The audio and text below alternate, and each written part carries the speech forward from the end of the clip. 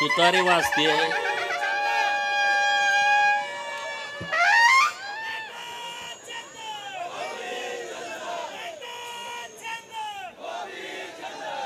तुतारी आपलं पारंपरिक वाद्य आहे. एका माणसामुळे किती बदनाम होऊ शकते तुम्ही बघितलंय. आज सांगलीच्या ठेशन चौकामध्ये या जिल्ह्याचं ज्यांनी नेतृत्व केलं 95 ते 99च्या काळामध्ये 18 वर्ष महाराष्ट्राच्या विधान परिषदेमध्ये एक अभ्यासू सदस्य म्हणून आणि विधान परिषदेचे विरोधी पक्ष नेते, राज्याचे ग्रामविकास खात्याचे मंत्री म्हणून एक उत्तम प्रशासक, फरडा वक्ता आणि रोखठोक भूमिका मांडण्यामध्ये ज्यांचं महाराष्ट्रभर नाव आहे असे आपल्या सर्वांचे आदरणीय माननीय अण्णासाहेब डांगे साहेबांच्या प्रमुख उपस्थितीमध्ये सांगली विधानसभा मतदारसंघाचे तिसऱ्यांदा आमदार म्हणून निवडून आलेले सुधीरदादा, महाराष्ट्राच्या आणि देशाच्या इतिहासामध्ये एकच विधानसभा, एकच पक्ष आणि 55 वर्ष आमदार म्हणून ज्यांनी प्रतिनिधित्व केलं, महाराष्ट्राच्या विधानसभेमध्ये आदर्श व्यक्तिमत्व म्हणून ज्यांची ख्याती आहे असे स्वर्गीय डॉक्टर गणपतराव देशमुख साहेब यांचे नातू डॉक्टर बाबासाहेब देशमुख हे सांगोला विधानसभा मतदारसंघातून निवडून आले म्हणून त्यांचा आणि गेली अनेक वर्ष तुम्हाला वाटत होतं की मी एकदा तरी जनतेतनं निवडून यावं म्हणून सातत्यानं जेवढा संघर्ष मी केला त्याच्यापेक्षा जास्तीचा संघर्ष तुम्ही केला आहे. हा गोपीचंद पडळकरचा सत्कार मी समजत नाही. ज्यांच्या मनगटामध्ये बळ आहे, ज्यांना अन्यायाच्या विरोधामध्ये लढू वाटतंय मनातून, अशा तुम्हा सर्वांचा हा सन्मान आहे असं माझं म्हणणं आहे, असं माझं मत आहे. सांगलीच्या या स्टेशन चौकामध्ये अनेक ऐतिहासिक सभा झालेल्या आहेत. या सभांमध्ये तुम्ही अनेक वेळा असाल, माझे पत्रकार मित्र अनेक वेळा असतील, व्यासपीठावरील मान्यवर मंडळी अनेक वेळा असतील. मी पण काही वेळा इथं प्रचाराच्या निमित्तानं असेल, पक्षाची भूमिका मांडण्याच्या निमित्तानं असेल, मी अनेक वेळा या चौकामध्ये बोललो आहे. परंतु या चौकामध्ये जनतेतून निवडून आल्याच्या नंतर आमचा सन्मान होईल असं कधी वाटत नव्हतं, पण आज ते प्रत्यक्षात आलेलं आहे. आणि ते पण इतक्या भव्य दिव्यतेनं. एखाद्या मंत्र्याचा पण सत्कार असा होणार नाही असा आमच्या तिघांचा सत्कार तुम्ही केलेला आहे. त्याबद्दल मी तुमचं मनापासून आभार व्यक्त करतो. ही सांगली आहे. अण्णाभाऊ साठे यांच्या लेखणीला धार देणारी ही सांगली आहे. छत्रपती शिवाजी महाराजांच्या स्वराज्य निर्मितीमध्ये ज्यांनी अत्यंत महत्त्वाची भूमिका मांडली त्या बहिर्जी नायकांची ही सांगली आहे. ही सांगली लता दिदींची आहे. ही सांगली उद्योगपती किर्लोस्करांची आहे, चितळेंची आहे. ही सांगली क्रांतिसिंह नाना पाटलांची आहे. ही सांगली क्रांतीवीर नागनाथांना नायकवडींची आहे.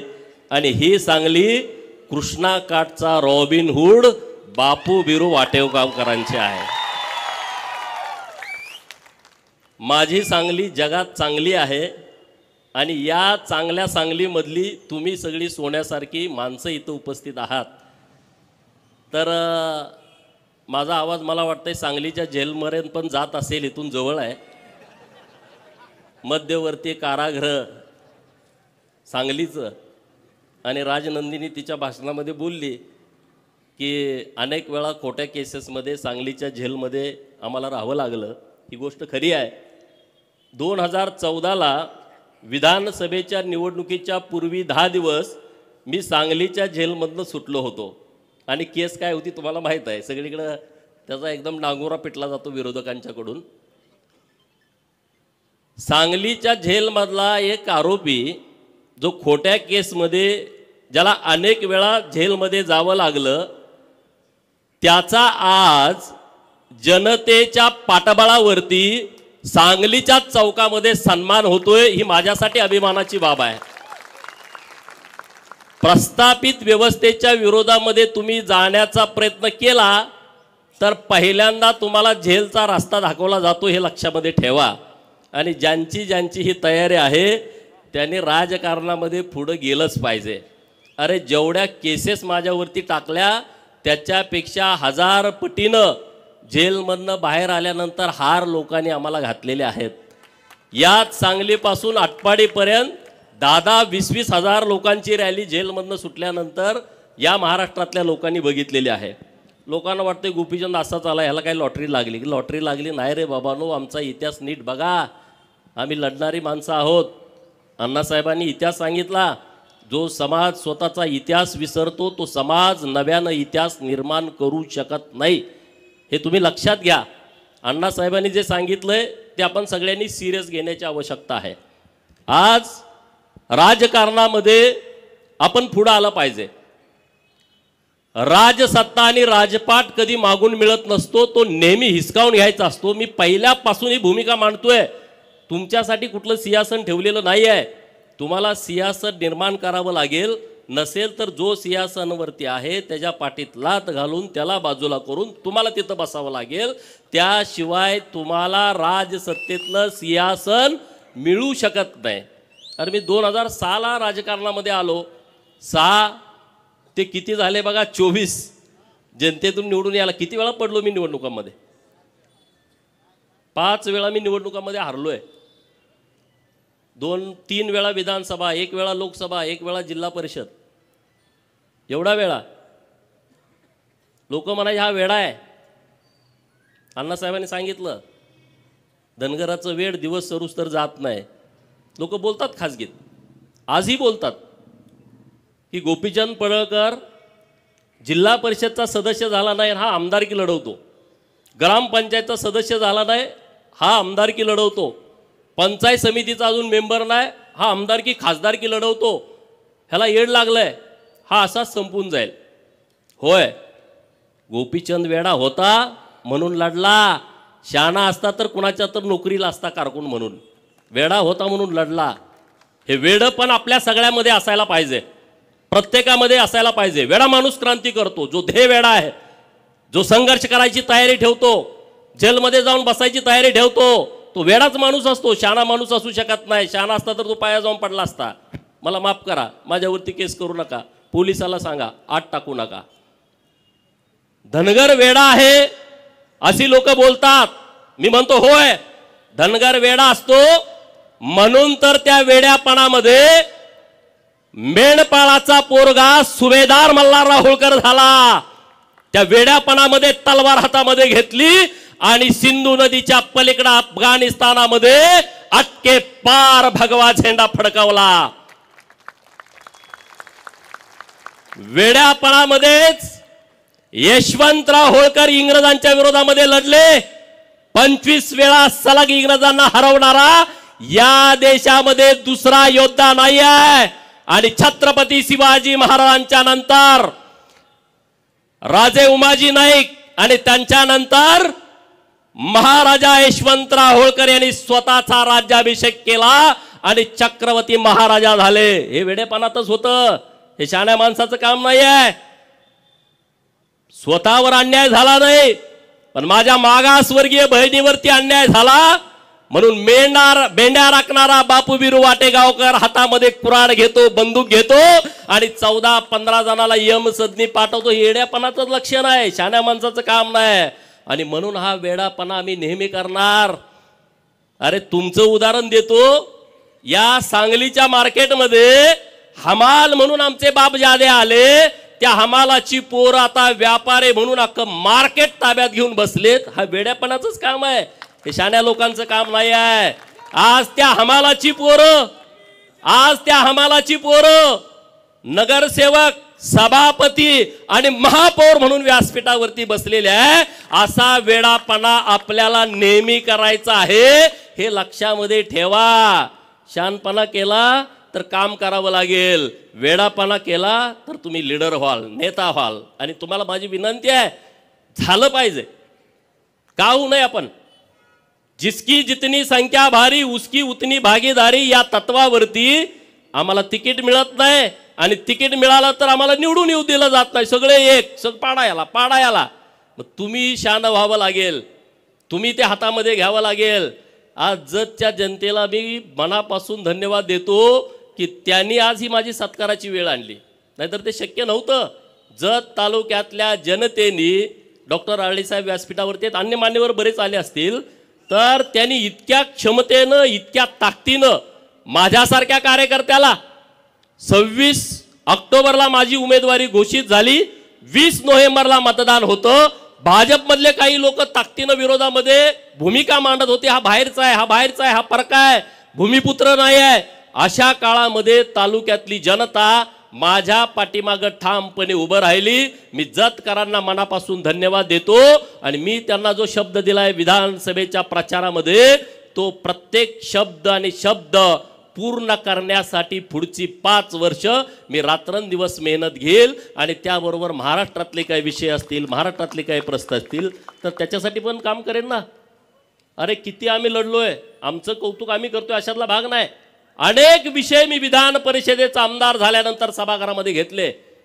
सांगलीमधले महानगरपालिकामध्ये बदली कामगार आहेत, मानधनवरती कामगार आहेत, 1200च्या वर आहेत. मला भेटले मंत्रालयामध्ये, पप्पू डोंगरे साहेब होते, सुधीर दादा होते, की बाबा असा असा प्रश्न आहे. आम्ही लावून धरला. त्या लोकांचा प्रश्न ऑर्डरपर्यंत आला, परंतु एक सचिवानं मेक मारून ठेवली, तो आमच्या हिताचा नव्हता. म्हणून आम्ही त्यांना सांगितलं थांबवा, परत आमचं सरकार येणार आहे, आम्ही परत दुरुस्ती करून घेतो. एखाद्याचं प्रामाणिकपणे काम केल्याच्या नंतर लोक जाणीव कशी ठेवतात बघा. आता इथं चिंगा काकू आली, मला दिसली स्टेजवरनं, त्यांच्याबरोबरच्या सगळ्या सफाई कामगार भगिनी आहेत, नटून थटून आल्या चिंगा काकू. ती इतकी रागात होती आमच्यावरती, आमची ओळख नव्हती. सचिवाच्या दालनाच्या बाहेर त्या उभा होत्या आणि त्यांना कोणी तर सांगितलं की काही लोकांचं हे काम करायला, ते असं एकदम रागात होते आमच्यावर, नुसत्या शिव्या द्यायच्याच बाकी होत्या. मी म्हटलं पप्पू डोंगरे साहेब ह्या काय असं एवढ्या कालवा करतात. ते म्हटले त्यांचं काम होणार नाही असं कोणीतरी सांगितलंय. त्यांनी ट्रेन पकडली, मुंबईमध्ये आले, सचिवाच्या दालनाच्या बाहेर होते. चिंगा काकू आज इथं आलाय तुम्ही, मी तुम्हाला मनापासून धन्यवाद देतो. आणि शब्द पण तुम्हाला देतो, सुधीर दादा इथं आहेत, मी आहे, सुरेश भाऊ खाडे, आम्ही तिघं मिळून तुमचं काम आम्ही केल्याशिवाय राहणार नाही. सांगायचं तात्पर्य काय, लोक का जुळत गेली. प्रत्येक विषयावरती आम्ही भूमिका मांडली आहे. प्रत्येक विषयावरती जो माणूस आमच्याकडे आलाय त्या माणसाची भूमिका मांडली आहे. सुधीर दादा व्यासपीठावरती आहेत, त्यांना मला विनंती करायची आहे, दादा महानगरपालिकेची निवडणूक तोंडावरती आली आहे. आता तुम्हाला सिंहासनावरती बसवलंय, त्यांना सिंहासनावरती बसवण्याची वेळ आली आहे. मी तुम्हाला विनंती करतो, या सगळ्या उपेक्षित लोकांना तुम्ही उमेदवारी द्या. ज्यांना उमेदवारी देता येत नसेल त्यांना स्वीकृत करून घेतो म्हणून सांगा. तुम्हाला प्रचाराला जाण्याची गरज पडणार नाही, सगळी लोक तुमच्या बरोबर ताकदीनं येतील. रामोशाच्या पोराला शब्द द्या की तुला स्वीकृत करतो, तू जर निवडून येणार नसेल. लोणाऱ्याच्या पोराला शब्द द्या, इथं गोसाव्याच्या पोराला शब्द द्या, घिसाड्याच्या पोराला शब्द द्या. काय करायला लागत नाही. ही सगळी लोक तुम्हाला ही महानगरपालिका ताब्यामध्ये देतील. चमचे दलालांच्या मागं माणसं राहिलेली नाहीत, चमचे दलालाच्या मागं लोक नाहीत. ही जी गोरगरीब लोक आहेत ना, ती पूर्ण क्षमतेनं तुमच्या बाजूने उभा राहणार आहेत. आणि तुमच्या ताब्यामध्ये परत एकदा महानगरपालिका देऊन या सांगली, मिरज आणि कुपवाडचं कल्याण करायचं आहे. त्यासाठी आम्ही तुमच्या बाजूने ठामपणे उभं राहू. तुम्ही आमच्या सगळ्यांच्या पाठीमागं ताकद उभी करा. तुम्ही अगोदर करताच, त्याबद्दल दुमत नाही आहे. अनेक नगरसेवक झालेले आहेत, इथं दिनकर तात्या आहेत, पृथ्वीराज भैया आहेत, सगळे व्यासपीठावर मान्यवर मंडळी आहेत की जे निर्णय प्रक्रियेमध्ये आहेत. तर तुमच्याकडून आमच्या अपेक्षा आहेत, तुम्ही आम्हाला सन्मान द्या. आम्ही तुम्हाला ताकदीनं पाठबळ देण्याची व्यवस्था ह्या सांगली, मिरज, कुपवाडच्या महानगरपालिकेच्या निवडणुकीच्या निमित्तानं करू. त्याबद्दल अजिबात दुमत ठेवू नका. हा सांगली जिल्हा 2 पुढाऱ्यांचा आहे असे वारंवार वारंवार वारंवार म्हटलं जातं, नावं घेत नाही. हा सांगली जिल्हा यांच्या विचाराचा आहे. अरे विचार 5 मिनिटं सांगा ना व्यासपीठावर येऊ, त्यांचा विचार नेमका काय होता आम्हाला कळू द्या. काय विचार होता, कुठं त्याचं पुस्तक आहे का, एखादा ग्रंथ आहे का त्या विचाराचा, की ज्या विचारामुळं या जिल्ह्याला, या राज्याला त्याचा फायदा झाला. अरे मी म्हणतो हा सांगली जिल्हा नागनाथांना नाईकवडींचा हा सांगली जिल्हा क्रांतिसिंह नाना पाटलांचा हा जिल्हा आहे। हा जिल्हा 12 बलुतेदाराचा 18 पगड जातीतल्या लोकांचा, शेतकऱ्यांचा, कष्टकऱ्यांचा, गरीब मराठ्यांचा जिल्हा आहे। आणि त्यामुळं ह्या जिल्ह्यामध्ये परिवर्तन झालं पाहिजे। नुसतं राजकीय नाही, सामाजिक असलं पाहिजे, विकासात्मक राजकारण असलं पाहिजे, ते परिवर्तन झालं पाहिजे। आणि म्हणून तुम्ही जो आज आमचा सन्मान घेतलाय तिघांचा, त्या सन्मानानं आमची जबाबदारी वाढली आहे। निश्चितपणे तुम्हाला सांगतोय, सांगलीच्या ज्या अपेक्षा आहेत, अरे सांगलीमध्ये कुपवाड MIDC किती वर्षापासून तयार झाली, नवीन काय तिथं झालं का? नाही। मार्केट कमिटीमध्ये व्यापाऱ्यांना जागा नाही, नवीन काय प्रयोग झाला का? अरे ती मार्केट कमिटी भ्रष्टाचारानं अशी बरबटली आहे, जागा घेतली त्यात भ्रष्टाचार। काय तुमचं व्हिजन पाहिजे सांगली मार्केट कमिटीचं? अरे इथल्या व्यापाऱ्यांना जागा नाही, 100-200 एकर जागा घेतली, डेव्हलपमेंट केलं आणि व्यापाऱ्यांना ती उपलब्ध करून दिली। कर्नाटक आपल्या बाजूला आहे, कर्नाटकातून लोक येत आहेत आणि त्या मार्केट कमिटीचा विस्तार केला नाही। कोंबडी कापून खायची ही जी ह्या लोकांची सवय आहे आणि त्याला पाठबळ मिळतंय। कारवाई होणं अपेक्षित होतं, कारवाई झाली नाही मार्केट कमिटीवरती, कारवाई होणं अपेक्षित होतं जिल्हा मध्यवर्ती बँकेवरती, कारवाई होत नाही कारण हा फिरत असतो नेता त्यांचा, काय पडत असतो अंधारामध्ये, कळत नाही, मॅनेज होतो, मग कारवाई होत नाही। आज सांगली जिल्ह्यामध्ये शेतकऱ्यांची जिल्हा मध्यवर्ती बँक आहे, जी आर्थिक वाहिनी आहे, या बँकेमध्ये प्रचंड मोठा भ्रष्टाचार झाला। 83 ची चौकशी झाली, 88 ची चौकशी सुरू आहे। अरे आमची मागणी आहे ही चौकशी पूर्ण होऊन त्यांच्यावरती कारवाई झाली पाहिजे। आज तुम्ही शेतकऱ्यांच्या दारामध्ये जाता 1 लाख कर्ज थकवल्यावरती आणि इकडे 100 कोटी रुपये तुम्ही काढले, बुडवले, तिकडे कोणी जात नाही। आज महाकाली साखर कारखाना, आटपाडीचा मानगंगा साखर कारखाना, अरे सभासदांनी त्यांच्या सौभाग्यवतीच्या गळ्यातलं डोरलं मोडून तुमची सभासदाची फी भरली। आज इतके वर्ष तुम्ही कारखाना चालवला, 200 150 कोटी रुपये तुम्ही कर्जामध्ये घालवला आणि आता तुम्ही परत बँक म्हणते की आता हे RBIचे नियम आहेत, अमुक आहे, तमुक आहे, त्याचा बाऊ करून तुम्ही ते कारखाना विकायला काढणार आणि त्या पुढाऱ्यांच्या घशामध्ये घालणार। माझे पत्रकार मित्र येत आहेत, माझी त्यांना विनंती आहे, हे कारखाने विकायचे आणि घशात घालायचे यांचे डाव आहेत। आणि कारखाना विकल्यानंतर काय होणार आहे? अरे आटपाडीच्या कारखान्याला 250 एकर जमीन आहे, तिथं 5 लाख रुपये गुंठ्याचा भाव आहे। ते कारखाना घेणार आणि त्यातली 200 एकर जमीन विकून टाकणार आणि खाजगी कारखाना करून टाकणार। जे सुतगिरणीचं झालं तोच प्रकार होणार आहे, महाकाली कारखान्याचं तेच होणार आहे। तर बँकेला माझं अपील आहे, सभासदांचा कारखाना हा सभासदाला राहायला पाहिजे। उद्या तुम्ही विकून ती जमीन विकणार आहे, आता तुम्ही जमीन विकून ती पैसे भरून घ्या आणि तो सभासदांचा कारखाना सभासदाच्या ताब्यामध्ये ठेवा। कशासाठी हे प्रकार करताय? कुणासाठी करताय? अरे हे काय तुमच्या बापजादाची प्रॉपर्टी नाही आहे, हे लोकांची आहे, शेतकऱ्यांची आहे, कष्टकऱ्यांची आहे। त्याच्यावरती तुम्ही डल्ले मारता, त्याच्यावरती तुम्ही अटॅक करता, हे इथून पुढे चालणार नाही। सरकारकडे मी पाठपुरावा करणार आहे आणि सरकारनं जरी पाठीशी घातलं तर सरकार बरोबर सुद्धा या बाबतीमध्ये संघर्ष करायची आमची तयारी असणार आहे। कारण हे सभासदाचे कारखाने आहेत, सभासदाची जमीन आहे। अरे आटपाडीची जमीन तर माझ्या धनगर समाजाची जमीन आहे। काय तुम्ही देता रे? एक तुम्ही गुंठा जमीन देत नाही, 250 एकर जमीन आमच्या बापजाद्यांनी दिली। काय मिळालं आम्हाला? काय त्या कारखान्यामध्ये मिळालं? कामगार म्हणून आणि म्हणे आमच्या बापाचे कारखाने आहेत।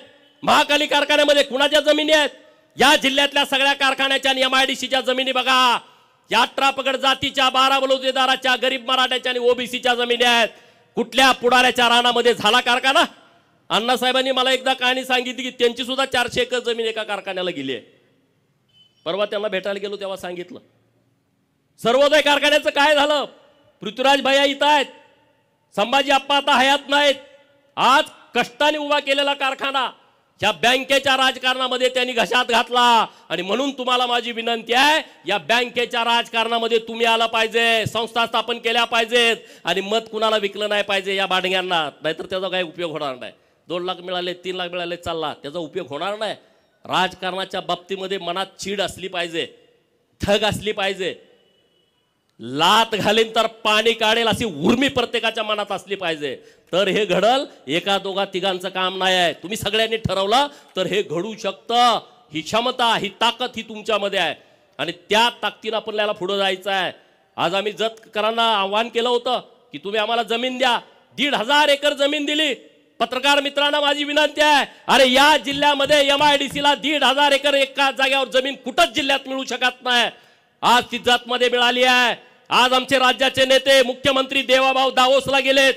4-5 दिवस ते दावोसला असणार आहेत. 7 लाख कोटीच्या वर इन्व्हेस्टमेंट ते महाराष्ट्राला घेऊन येणार आहेत.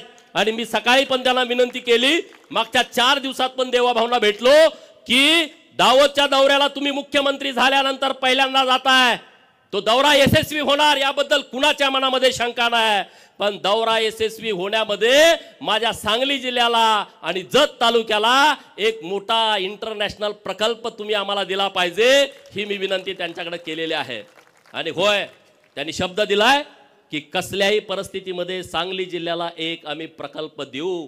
अरे मी साधा आमदार आहे, मी नामदार नाही आहे. आज डॉक्टर बाबासाहेब देशमुख साहेबांनी मत व्यक्त केलं की या सांगली जिल्ह्याकडे एक काळ नेतृत्व होतं. या सांगली जिल्ह्यातले कॅबिनेट मंत्री अनेक वर्ष अनेक वेळा महाराष्ट्राच्या राजकारणामध्ये होते. मी टीकात्मक बोलत नाही आहे, वस्तुस्थिती मांडतोय.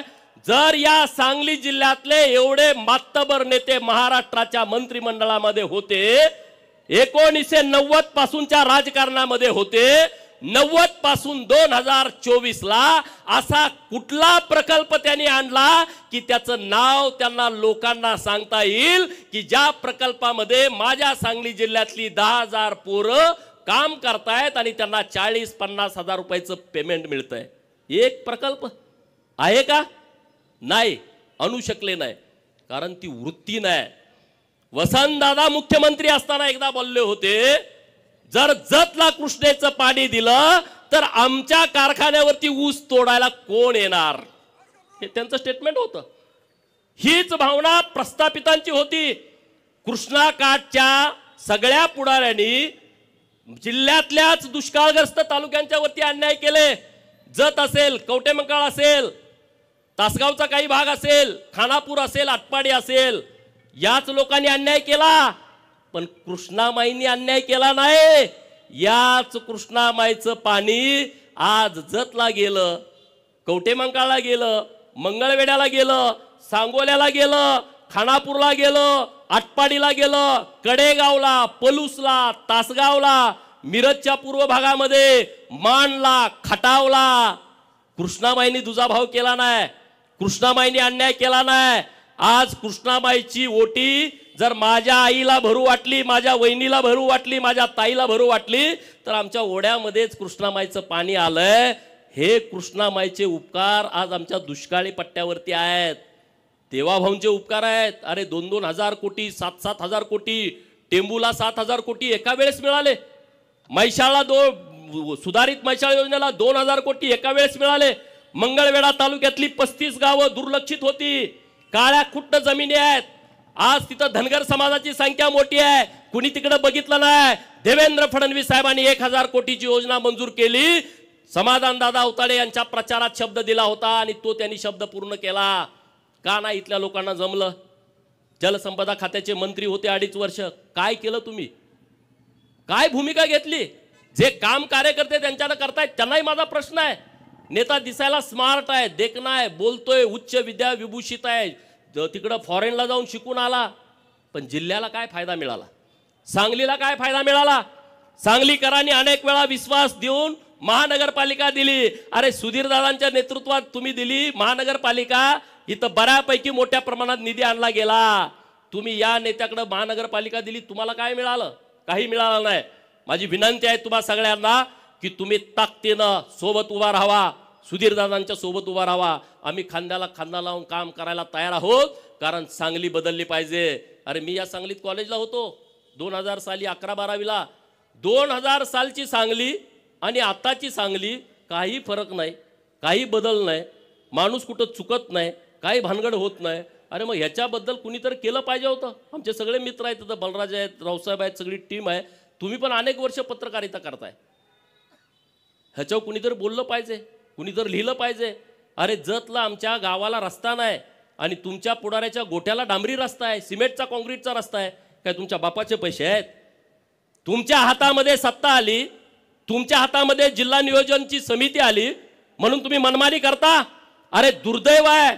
मी जिल्हा नियोजन समितीला आमदार असताना एक पत्र दिला, माहितीचा अधिकार दिला त्यांना आणि म्हटलं की 1999 पासून हे जेव्हा मंत्री झाले तेव्हापासून जिल्हा नियोजन मधून तुम्ही किती पैसे खर्च केले त्याची यादी द्या.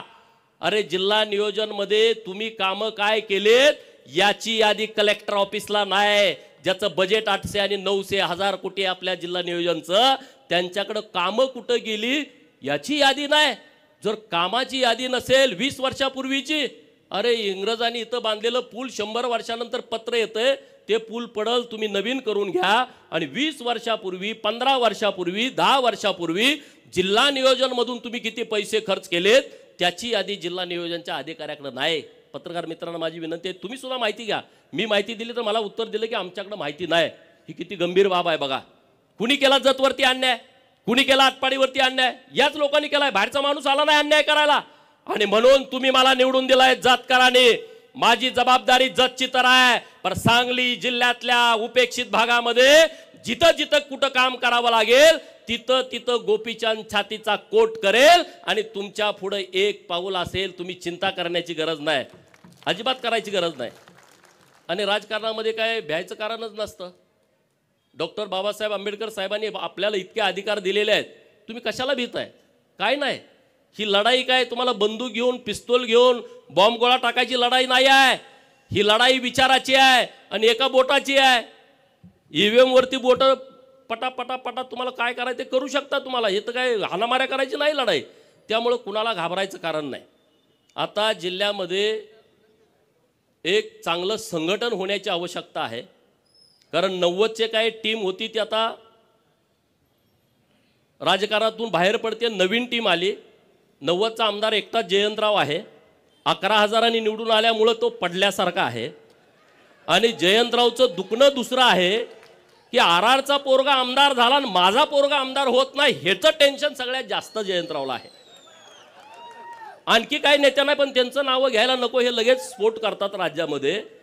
आरआर बरोबर असणाऱ्या अनेक पुढाऱ्यांचं दुखणं हे आहे की आरआरचं पोरगा आमदार झालं, मग आमचं कसं होणार, तुमचं कसं होणार? तुमची लायकी, तुमची क्षमता, तुम्ही काम केलेलं.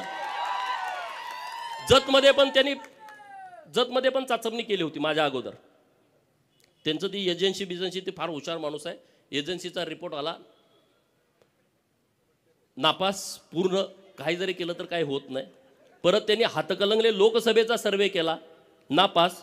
सांगलीत पुढी सोडली, लोकसभेला इकडे उभा राहणार आहे, ह्या पार्टीत येणार, होत नाही, शक्य नाही.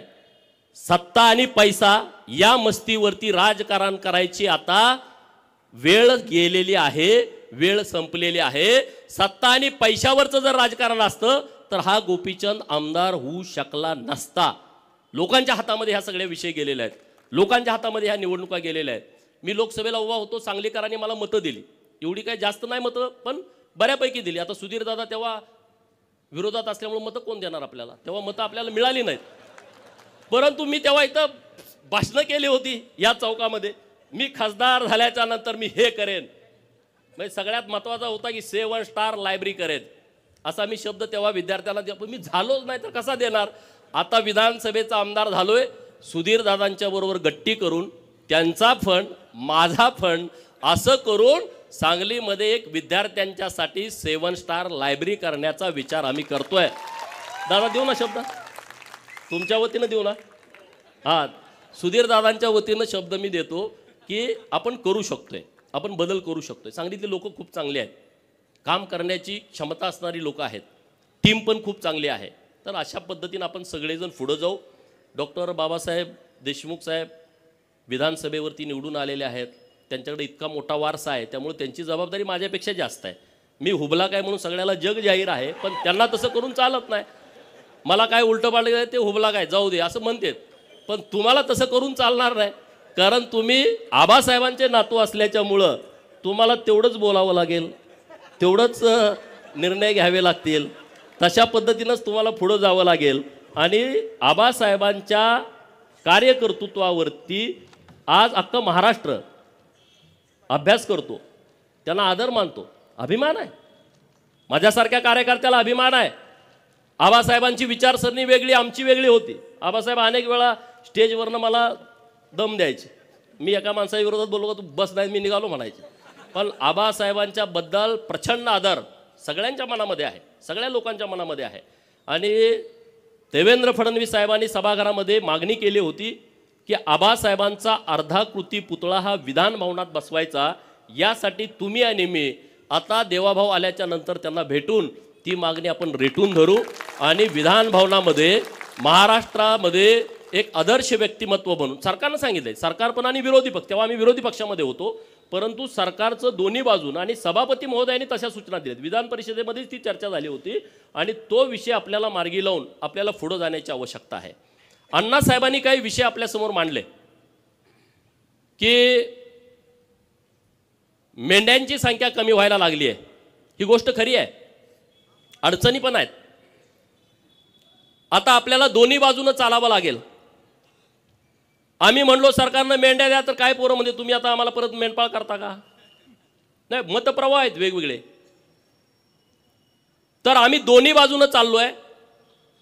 विद्यार्थ्यांच्यासाठी चांगल्या योजना सरकारच्या माध्यमातून आणलेल्या आहेत.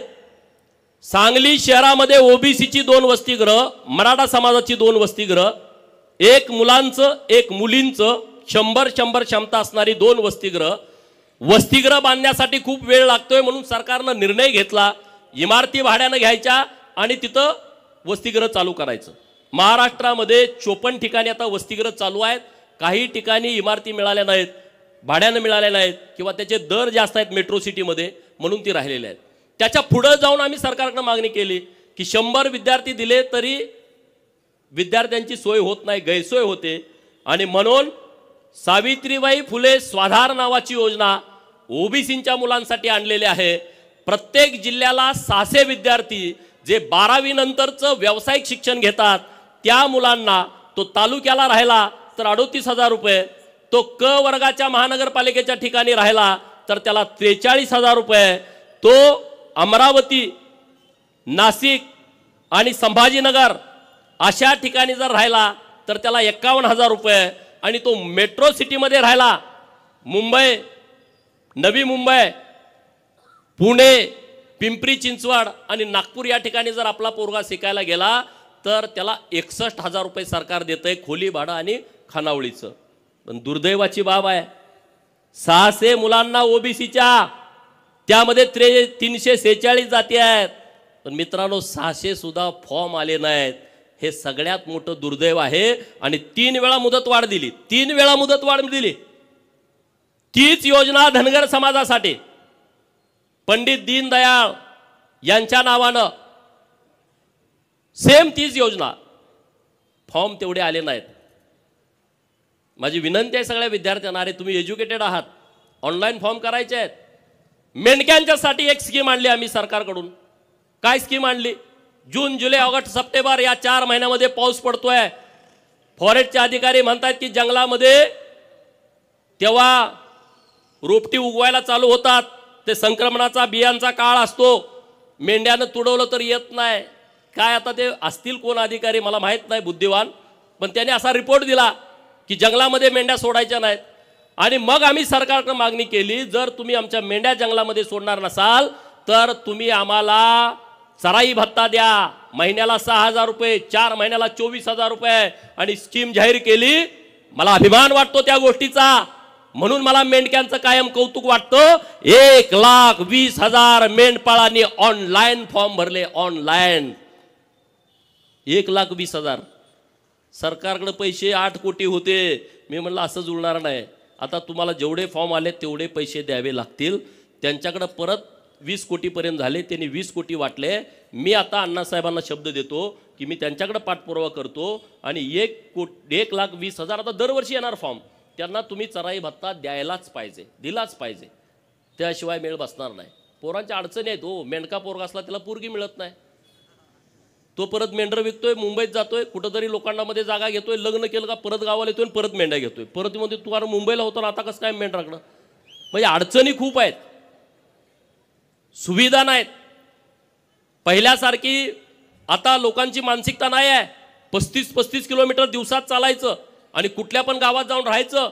स्मशानभूमीजवळ वाडा पडतो, गावाच्या कुठंतरी 3-4 किलोमीटर आतमध्ये वाडा पडतो. कसं करणार लोक? पण त्यातून आता बंदिस्त अर्धबंदिस्त शेळी फार्म सरकारनं द्यावेत अशा पद्धतीची आपली मागणी आहे. आमच्या सगळ्या भगिनी गोड्यावरती सगळं ओझं टाकून जातात. आमचे पत्रकार मित्र फोटो काढून बातमी लावतात, तुम्ही बघितलंय. म्हणून सरकारकडे आम्ही मागणी केली आहे, 50 HP ट्रॅक्टर सरकारनं द्यावेत. 75% तुम्ही अनुदान द्या, 10% आम्ही भरतो, 15% बँकेनं कर्ज द्यावं आणि 50 HP ट्रॅक्टर तुम्ही पहिल्या टप्प्यामध्ये 100 आम्हाला द्या. सरकारनं त्या गोष्टीला तत्वता मान्यता दिलेली आहे. असे नवीन नवीन प्रयोग करतोय. आता आम्ही मिलिटरीवाल्यांच्याकडे ज्या पद्धतीचे तंबू असतात, सरकारला आम्ही विनंती करतोय की तसा तंबू आमच्या मेंढपाळाला द्या की जो हलका असेल आणि त्यांनी 4 खुट्या मारल्या तर त्यांना तिथं राहता येईल. ही एक स्कीम तुम्ही भटक्या विमुक्तांना लावा, जे या गावातनं त्या गावात जातात, पालामध्ये राहतात. इकडून पाऊस आला इकडं जाते, तिकडून पाऊस आला, अरे कसं जगणार? काय होणार आहे त्यामध्ये? आणि म्हणून तुम्ही मला आमदार केलाय, सरकारकडे पाठपुरावा करतोय. भटक्या विमुक्तांच्यासाठी सरकारनं स्पेशल बजेट मंजूर केलं पाहिजे. आणि मला विश्वास आहे देवाभाऊ मुख्यमंत्री आहेत आणि महाराष्ट्रामध्ये सगळ्यात जास्त सामाजिक न्याय या व्यक्तिमत्वानं दिलाय. आणि मला ठाम विश्वास आहे की त्यांच्या माध्यमातून या सगळ्या भटक्या विमुक्तांच्यासाठी, पालात राहणाऱ्या लोकांच्यासाठी सरकार काहीतरी चांगला निर्णय करेल आणि तो आम्ही तिथं करून घेऊ. तुम्ही आज सत्कार केलाय तर आम्ही कामं केली पाहिजेत ना.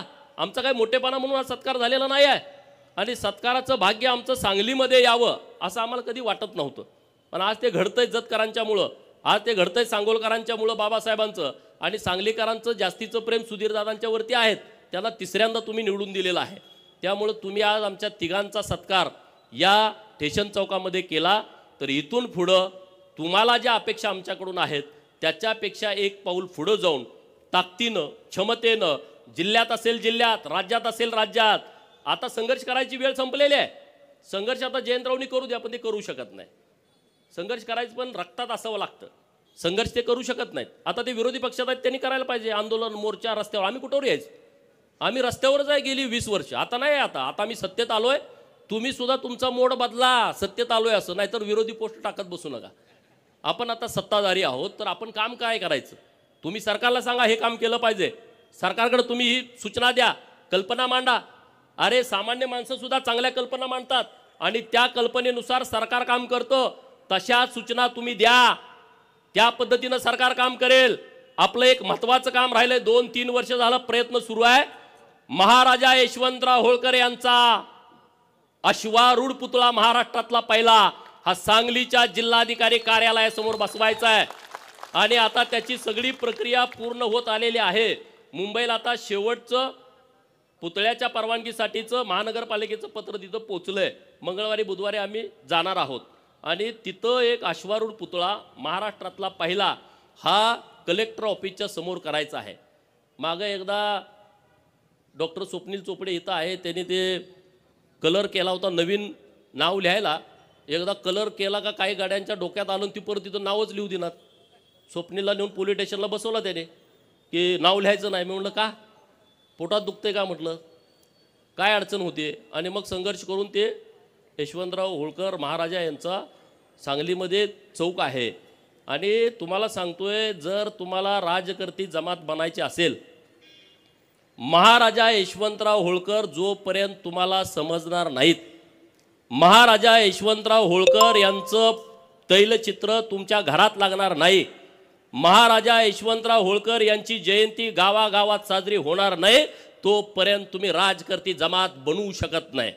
म्हणून माझी तुम्हाला विनंती आहे की महाराजा यशवंतराव होळकर यांची जयंती गावागावात साजरी झाली पाहिजे. घोड्यावरचा फोटो तैलचित्र आम्ही नव्यानं प्रकाशित केलंय, तो फोटो तुमच्या घरात प्रत्येकाच्या असला पाहिजे. आणि त्यांचा सगळा इतिहास वाचून घ्या. अण्णासाहेबांनी काही पुस्तकं लिहिलेली आहेत, तिकडं सोनवणे सरांनी काही पुस्तकं लिहिलेली आहेत, नास इनामदारांनी झुंज नावाची कादंबरी, हे वाचा तुम्ही. वाचल्याशिवाय काय होणार नाही. नाही तर तुम्ही ह्याच्या मागं पळणार. त्याच्यात तुम्हाला ही मोठी माणसं, ही मोठी नाहीत लोक. मी अनेक वेळा सांगतो, तुम्ही ऐकत नाही, त्याला माझा नाही इलाज आहे. ही मोठी नाही, बिंडोक लोक आहेत, हे होपलेस लोक आहेत. ह्यांनी काय नाही, आपल्याला ते लांबनं दिसतंय. आपल्याला गेस्ट हाऊसच कधी कळू दिलं नाही, लांबनंच बघायचो. हे मोठ्या लोकांसाठी. अरे तुमचाही ते, तुम्ही जाऊन बसा की तिथं आयटीत, काय बिघडतंय? आपली प्रॉपर्टी आहे ती, सरकारची प्रॉपर्टी म्हणजे जनतेची प्रॉपर्टी. तुम्हाला ती मोठ्या माणसासाठी आहे, मोठ्या माणसासाठी नाही तुमच्यासाठी पण आहे. तिथं एकदा जाऊन बसा रुबाबा, जेवा, ऑर्डर द्या, एक दिवस झोपून या ना तिथं, काय बिघडतंय? हां न ती लोकांसाठी आहे मोठ्या. तुम्ही तोपर्यंत ते तुमच्या ताब्यात घेत नाही. कलेक्टर ऑफिसला गेला, भेटाय ना शिपायात जाऊ ना, धडका मारून जावा ना, साहेबाला जाऊन भेटा, तहसीलदारला जाऊन भेटा. मध्यस्थ शोधताय, मध्यस्थ काय करताय?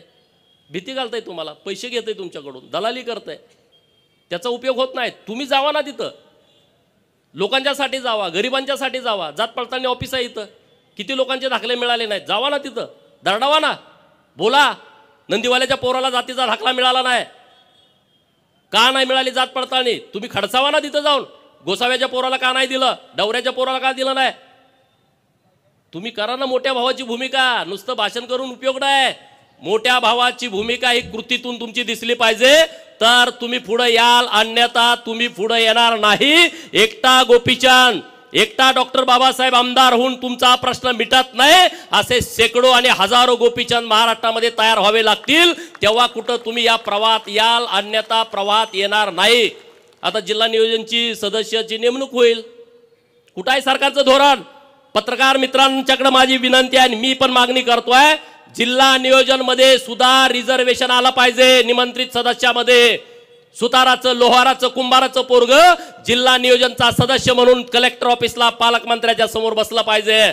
कधी बसणार? ते नाही बसणार, त्याला माहित नाही, त्याला कल्पना नाही. मला तुम्ही आमदार केलाय आणि मी जत मध्ये जाहीर केलंय आमच्या सगळ्या सहकारी मित्रांची परवानगी घेऊन, ज्या शासकीय कमिट्या आहेत माझ्या जत विधानसभा मतदारसंघामध्ये, ज्या समाजाला कधीच प्रतिनिधित्व मिळालं नाही, ज्याला कधी उमेदवारी मिळाली नाही, त्या समाजातल्या तरुण पोराला तहसीलदारच्या शेजारी बसायचा अधिकार त्या समितीच्या माध्यमातून आम्ही देणार आहे. कलेक्टर ऑफिसला कलेक्टर साहेबाच्या शेजारी बसून चर्चा करण्याचा अधिकार जर मर्याय गाडेवाल्याच्या पोराला जर मला देता आला, तर त्या आमदारकीचं सार्थक झालं असं मी समजेन. आणि तशी पोरं मी शोधतोय आणि त्यांना इथं आणून बसवणार आहे. डवऱ्याची, गडस्याची, लवाराची, कुंभाराची, सुताराची पोरं, नाभिकाची पोरं, मातंग समाजाची, गरीबाची पोरं, ज्यांना कधी सन्मान मिळाला नाही. कमिट्यावर तर टाका की रे, कमिट्यावर पण तुम्ही टाकत नाही. इकडचा मेहना, तिकडचा पाहुणा, जिल्हा नियोजनवरची यादी काढा. गेल्या 20 वर्षातली कोण आहेत माणसं? एक तर नेता, नेत्याचा चमचा, दुसऱ्याला संधी नाही. आणि म्हणून मी देवाभाऊंच्याकडे मागणी करणार आहे की महाराष्ट्रातल्या जिल्हा नियोजनमध्ये आणि महाराष्ट्रातल्या शासकीय कमिटी आहेत, तिथं तरी आम्हाला संधी द्या. आणि ते देऊ शकतात, हेच काहीतरी परिवर्तन करू शकतात. आणि म्हणून असे नवीन नवीन विषय घेऊन आपल्याला पुढं जायचं आहे, नवीन नवीन विषय घेऊन आपल्याला पुढं काम करायचं आहे. अजिबात चिंता करू नका, अजिबात काळजी करू नका. तुमचा जो विषय असेल तो मला सांगा, दादांना सांगा, बाबासाहेबांना सांगा. दादांना सांगितल्यावर डायरेक्ट जाऊन ते काम करून येतील. आम्ही सभागृहात वाजवून काम करून घेऊ. दादांचं आमच्यापेक्षा जास्तीचं चालतं. दादा सिनियर आहेत आणि सगळ्यात महत्त्वाचे तुम्हाला माहीत आहेत, बॅकबोन आहे दादा, त्यामुळं दादांचं सगळं चालतं. त्यामुळं दादांना आमची विनंती आहे की तुम्ही आमचं नेतृत्व करा, आम्ही तुमच्याबरोबर ठामपणे उभं राहू. आतून बाहेरून कुठलाही दगा फटका माझ्याकडून होणार नाही, तो आमचा स्वभाव नाही. कारण होळकरांच्या इतिहासाचा एक आपल्याला कौतुकास्पद घ्यायला पाहिजे. होळकरांनी जेवढ्या लढाई केल्या त्या समोरासमोर सांगून, होळकरांचे किल्ले बघा, वापगावचा किल्ला पुणे जिल्ह्यातला गावात आहे. यशवंतराव महाराजा होळकरांचा जन्म झाला, मल्हाररावांनी जे 5 किल्ले बांधले होते त्यातला तो आहे, गावात आहे. महेश्वरी राजधानी पुण्यश्लोक अहिल्यादेवींची एकदम नदीच्या किनारी आहे. एकदम समोरासमोर लढणारे भिडणारे हे मल्हारराव आहेत. आणि त्यामुळं ज्यांना आम्ही लढायचं त्यांना समोरच लढतो, अजिबात चिंता नाही. आणि त्यामुळं दादांसारखं ज्येष्ठ नेतृत्व आपल्या सांगली जिल्ह्यामध्ये आहे. त्यांच्या नेतृत्वामध्ये आपण सांगली शहरामध्ये, ग्रामीणमध्ये ते जास्त फिरत नाहीत, पण सांगली शहरामध्ये आम्ही पूर्ण क्षमतेनं त्यांच्यासोबत राहू, एवढंच या निमित्तानं बोलतो. फळ मार्केटमधली लोक असतील, हमाली करणारी सगळी मंडळी असतील, आणि तुम्ही सगळे, तुमचं माझ्यावरती खूप उपकार आहेत. भाषणात सांगण्यासाठी नाही आहे, तुम्ही म्हणणार भाषणात सांगतोय. माझ्याकडं जेव्हा गाडीला तेलाला पैसे नसायचे तेव्हा तुम्ही त्या गाडीत तेल टाकण्याचं काम केलं आहे. माझ्या सगळ्या निवडणुका ह्या तुमच्या वर्गणीवरती झालेल्या आहेत. त्यामुळं माझ्यासारख्या कार्यकर्त्याला त्याची प्रचंड जाणीव आहे. अरे आम्ही सामान्य आहोत. तुम्ही आज एवढा सांगलीमध्ये दिमागदार एवढा सोहळा केला गडदे तात्यांच्या नेतृत्वामध्ये, शक्य नाही आहे. महाराष्ट्रातल्या कुठल्या आमदाराच्या नशिबी असं येईल, पैसे लावून कुणी करेल हो, पण तुम्ही उत्स्फूर्त केलाय. हे तुमचं प्रेम आमच्यावरती कायम राहू द्या. या प्रेमाची पोच पावती आम्ही कामातून तुम्हाला देऊ. गडदे तात्या आणि सगळे सिनियर लोक आहेत व्यासपीठावर. आता एकाच नाव घेतलं तर अनेकांची लोक राहतील. आता आपले सांगलीचा आदर्श महाराष्ट्रातल्या सगळ्या महानगरपालिका क्षेत्रामध्ये राहणाऱ्या उपेक्षित वंचित लोकांनी घेतला पाहिजे, असा आदर्श घालून देणारी सगळी मंडळी व्यासपीठावरती आहेत. आणि त्यामुळं तुम्ही जो आमचा मान सन्मान केला आहे, सत्कार केला आहे आणि अण्णासाहेबांच्या उपस्थित केला आहे, आणि अण्णासाहेबांनी इतकं चांगलं आम्हाला आज मार्गदर्शन केलेलं आहे, कुठलाही फटका न मारता त्यांनी आम्हाला व्यवस्थितपणे आशीर्वाद दिलेले आहेत. त्याबद्दल अण्णासाहेबांचं मी मनापासून आभार व्यक्त करतो. अण्णासाहेबांचं फार मोठं योगदान आहे. चौंडी हे अण्णासाहेबांमुळं महाराष्ट्राला कळालं. नंतर जानकर साहेबांनी त्याचं पूर्ण महाराष्ट्रातल्या लोकांच्यापर्यंत नेलं. चौंडीला तुम्ही गेलं पाहिजे. 31 मेला जयंती आहे पुण्यश्लोक अहिल्यादेवींची, आणि 300वी जयंती आहे. यावर्षी सरकारनं 75 कोटी रुपये बाजूला काढून ठेवलेत अहिल्यादेवींच्या जयंतीला. मुख्यमंत्री महोदयांना मी परवा पत्र दिलंय की पुण्यश्लोक अहिल्यादेवींची जयंती सरकारनं कशी साजरी करायची त्याची तुम्ही बैठक बोलवा, अण्णासाहेबांना बोलवा, आमच्या सगळ्या लोकप्रतिनिधींना बोलवा, आणि तुम्ही पुढच्या 2 महिन्याचा आराखडा करा. ठीक आहे, 1 दिवसाची पुण्यतिथी होणार नाही, तर 2 महिन्याचा कार्यक्रम होईल. देवाभाऊंनी त्याला मान्यता दिलेली आहे. त्यामुळं हा जयंतीचा कार्यक्रम तुम्ही गावागावामध्ये करा. अरे अहिल्यादेवींचं खूप मोठं काम आहे. छत्रपती शिवाजी महाराजांच्या नंतर हिंदवी स्वराज्याचे पताका ही होळकरांनी खांद्यावरती घेतली, अन्य काही सरदारांनी पण घेतली, परंतु अहिल्यादेवीने जे काम केलेलं आहे ते काम कुणीच विसरू शकत नाही. हिंदू धर्माच्या रक्षणाचं आणि हिंदू मंदिरांचं जीर्णोद्धाराचं काम हे अहिल्यादेवीने इतक्या मोठ्या प्रमाणात केलंय, ते कुणी विसरू शकत नाही. नरेंद्र मोदी साहेबांना मी धन्यवाद देईन. काशी विश्वेश्वराच्या मंदिराचा कॉरिडॉर डेव्हलप केला आणि त्या कॉरिडॉरमध्ये पुण्यश्लोक अहिल्यादेवींचा पुतळा त्यांनी तिथं बसवलेला आहे. कुठलाही हिंदू काशी विश्वेश्वराच्या दर्शनासाठी गेला तर त्यांना पुण्यश्लोक अहिल्यादेवींचं दर्शन होतंय. शंकराचार्यांचा आहे, भारत मातेचा पुतळा आहे आणि कार्तिक स्वामीचा, असे 4 पुतळे तिथं बसवलेले आहेत. धन्यवाद देईल मी देवाभावना, एकनाथ शिंदे साहेबांना. अरे अहमदनगरचं नाव बदललं, 1 वर्षाच्या आतमध्ये नामांतरण केलं आणि पुण्यश्लोक अहिल्यादेवी नगर केला. हा काही छोटा निर्णय नाही. तुम्हाला त्याचं काही देणं घेणं नसल्यामुळे तुम्हाला त्याचं काही वाटत नाही. अरे डॉक्टर बाबासाहेब आंबेडकरांचं तेव्हाचं औरंगाबाद आणि आताचं संभाजीनगर, त्या विद्यापीठाला नाव देण्याच्या बद्दल किती मोठा संघर्ष झालाय. आपल्या जिल्ह्यातले रामदास आठवले साहेब आहेत, त्यांनी किती मोठा संघर्ष केला होता बघा. वाचा, घरं जाळली, अत्याचार झाले, बलात्कार झाले, मर्डर झाले, तेव्हा विद्यापीठाचं नाव बदललं. सोलापूर विद्यापीठाचं नाव बदललं. तुम्हाला त्याचं सोयरसुतक नाही, तुम्हाला त्याचं देणं घेणं नाही. नुसत्या पुढाऱ्यांना शिव्या, ह्यांनी काय केलं, त्यांनी काय केलं. अरे तुम्ही काहीतरी करा ना, तुम्ही या ना, तुम्ही बोला, भूमिका मांडा. आता सोलापूर विद्यापीठाच्या प्रांगणामध्ये पुण्यश्लोक अहिल्यादेवींचं स्मारक तयार झालंय आणि आम्ही आता नरेंद्र मोदी साहेबांना विनंती करतोय देवाभाऊंच्या माध्यमातून की त्या स्मारकाचं उद्घाटन करण्यासाठी स्वतः नरेंद्र मोदी साहेबांनी यावं सोलापूरला. जर तो निर्णय झाला तर तुम्ही सगळे या, वेळ द्या. इकडं अमावस्याला गेलो, तिकडं पौर्णिमेला जावा, पण एकदा जावा की दर अमावस्याला कशाला जात आहे. हा, बोकडं कापली 21, बोकडं कापली 20, 15, एक कापा की. आपलं देव मानतोय ना, काय आपल्या विरोधात आहे बिरोबा.